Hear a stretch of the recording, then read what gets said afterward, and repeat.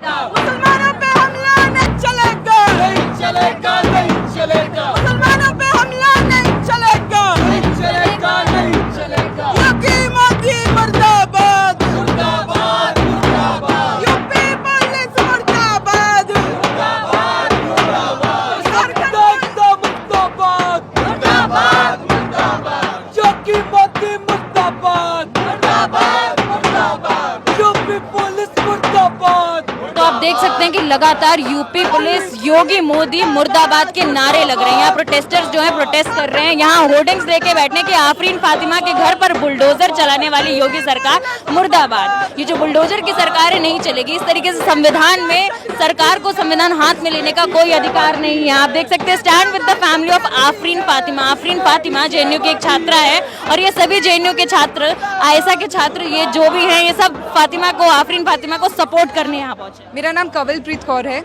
मैं एडवोकेट हूँ और एक्टिविस्ट हूँ। ठीक है, आज अब किस लिए यहाँ आए हैं, किस मोटिव से यहाँ आए हैं? देखिए, हम लोग यहाँ पर आज मोटिव क्या है, हम सॉलिडारिटी में आए हैं। हमारी जो साथी हैं आफरीन फातिमा बहुत ज़्यादा करेजियस हैं, हमारी लीडर हैं। उन्होंने उनके परिवार के साथ जो आज हो रहा है और उनके साथ जो हुआ, उत्तर प्रदेश के मुख्यमंत्री मान लीजिए कि ये ऑर्डर करते हैं कि उनका मकान को तोड़ दिया जाए, पूरा गैर संवैधानिक और गैर कानूनी तरीके से ये हुआ। उनके फादर जावेद जी अभी डिटेन्ड है, अरेस्टेड हैं, मालूम नहीं है। उनकी फैमिली मेंबर्स, मदर और सिस्टर को भी पहले डिटेन किया गया था। तो उनकी सपोर्ट के अंदर आए हैं। हम लोग ये कहने के लिए आए हैं कि हम आपके साथ हैं, हमसे जितना बनेगा हम लोग करेंगे, सड़कों पे आवाज़ उठाएंगे। और साथ में ये भी कहने के लिए आए हैं कि ये जो पूरा कार्रवाई उत्तर प्रदेश के अंदर हुआ और एक पैटर्न से चलता जा रहा है कि जितने भी वोकल मुस्लिम एक्टिविस्ट हैं उनको प्रोफाइल कर लीजिए, फिर उसके बाद उनको एक्यूज़ बनाइए, मीडिया पे पूरा सर्कुलेट कर दीजिए कि ये कोई मास्टरमाइंड है, ये एक्यूज है, इनके घर से ये बरामद हुआ, ये लिटरेचर मिला, ये अखबार का पीस मिला और ये कितने बड़े एक्यूज हैं। और उसके बाद तुरंत आप जो आपका सिविल लॉ है, मतलब आप कॉरपोरेशन के थ्रू वहाँ पे बुलडोजर भेज के कार्रवाई करिए, कहिए कि ये तो इंक्रोचमेंट था, बिना किसी मौका दिए, बिना किसी नोटिस के, बिना ड्यू प्रोसेस को फॉलो किए। बात साफ है कि इस देश के अंदर हम पढ़ते हैं कि डेमोक्रेसी में 3 हिस्से हैं, एक जुडिशरी है, एक एग्जीक्यूटिव है, एक लेजिस्लेचर है। यही तो पढ़ा है ना बचपन में, 5th में सिविक्स में। आज उसका ही तो वायलेशन हो रहा है सरेआम।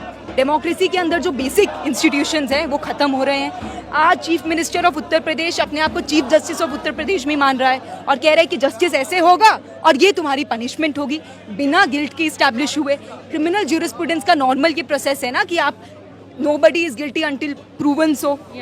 अभी तो प्रूव भी नहीं हुआ था, तो आप ही के बोलने से वो गिल्टी कैसे हो गए और आपने कार्रवाई कैसे कर ली कि उनका मकान गिर जाएगा। मास्टरमाइंड एक शब्द की आपने बात कही है। अभी कहा जा रहा है कि जो आफरीन के पिता हैं वो प्रयागराज में जो भी हिंसा हुई उसको मास्टरमाइंड उन्हें बताया जा रहा है।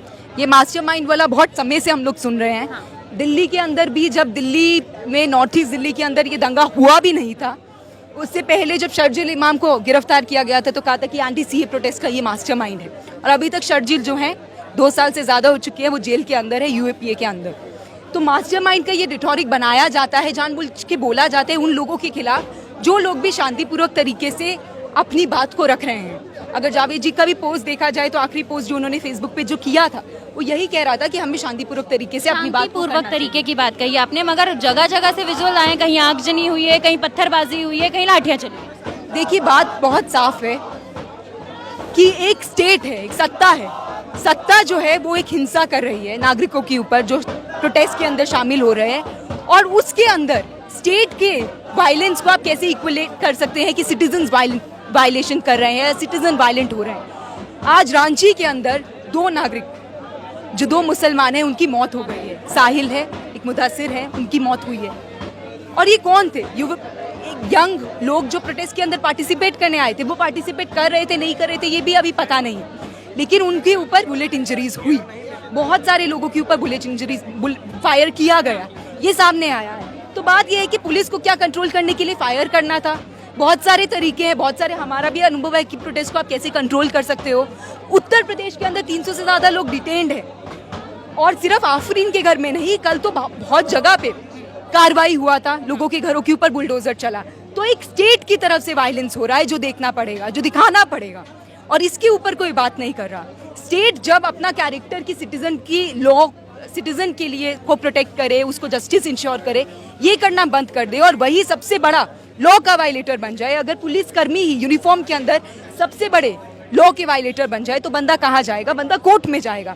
और अभी कोर्ट की वेकेशंस है, कोर्ट के अंदर आप पिटीशन डालिए, पिटीशन पेंडिंग है। जहांगीरपुरी की पिटीशन सुप्रीम कोर्ट में पेंडिंग है, सुप्रीम कोर्ट ने स्टे भी किया था। ये सब बावजूद, इस सब के बावजूद उत्तर प्रदेश में ये कार्रवाई हुई कल। और दूसरी बात, अभी तक कोर्ट ने कोई सुमोटो कॉग्निसेंस सवाल ले लेते हैं।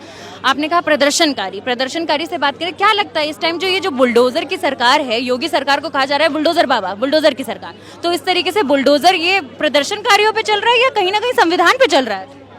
देखिए, बिल्कुल साफ ही बात है कि संविधान पे चल रहा है और खासतौर पे मुसलमानों के ऊपर चल रहा है, उनके घरों के ऊपर चल रहा है। बुलडोजर हमेशा से गरीबों के घरों पे चलता था, बस्तियों पे चलता था, जितने भी आपके स्ट्रीट वेंडर्स हैं इनके यहाँ पर चलता था। मुसलमानों के ऊपर भी चल रहा है क्योंकि कोई प्रोसेस नहीं रह गया। किसी को इस कानून का चीफ मिनिस्टर हो या उसकी पुलिस के कर्मी हो, वो इस बात को सेलिब्रेट कर रहे हैं, वो खुद ट्वीट कर रहे हैं कि देखो हमने कितना गैरकानूनी काम किया है। कमल जी, एक आखिरी सवाल आपसे लेना चाहेंगे। जगह जगह प्रोटेस्ट करने से रोका जा रहा है, लेकिन हमारे देश में प्रोटेस्ट करना तो अधिकार है। किस नजरिए से देख रही हैं आप इस चीज को?